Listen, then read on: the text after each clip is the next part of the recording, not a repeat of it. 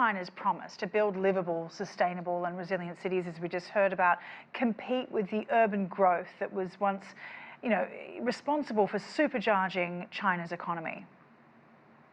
Yes, indeed, Sally. Actually, this is besides its people-oriented political philosophy, and also I think this is actually a great plan for the economic growth.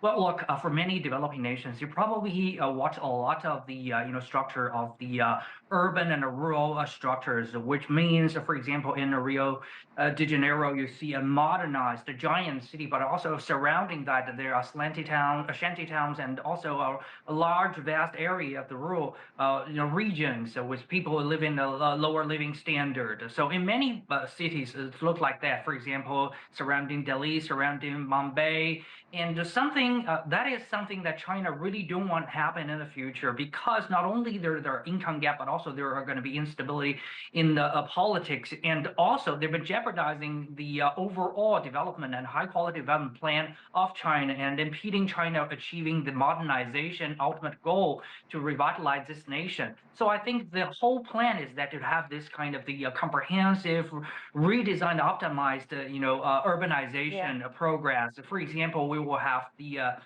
very modernized, innovative cities. So to allow all kinds of the people to live in the city, but also this is going to be very different from the developing nations. More likely in the developed nations, for example, we have bigger cities combined with the smaller cities to form the city clusters. It's a bit like in LA, and you have Pasadena, you have San Bernardino, you have all kinds of the bigger and the smaller cities and the towns combining together, but they enjoy the same standards of living. And also it's going to be very beautiful, very, very green development oriented, and also be a stronghold for the infrastructures to resist from the floods and all kinds of the natural disasters, and also be smart and safe. New home prices fell at the fastest monthly pace in 8 months in June. Did the Urban Planning Conference address these falling home values? Oh, yes. I think the current problem is that the reason why Chinese urban development has also as its indicator, which is the home price, has been hitting on the flattened curve, is because right now we've been hitting a choke point. What we have the problem is that Chinese urbanization is always building the new old. What is the new old? It is always the concrete, jungles. It's the same kinds of the homes, all kinds of the business buildings.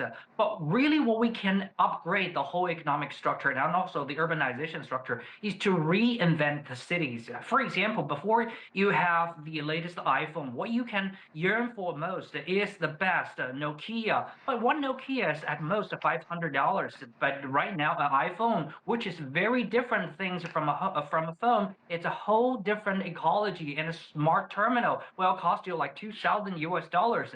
Same idea will happen with this new modernized urbanization. You're not building the new old, you're building the new smart cluster for people to reside and also to create. Right. Chu Cheng, we'll have to leave it there. I really appreciate your time.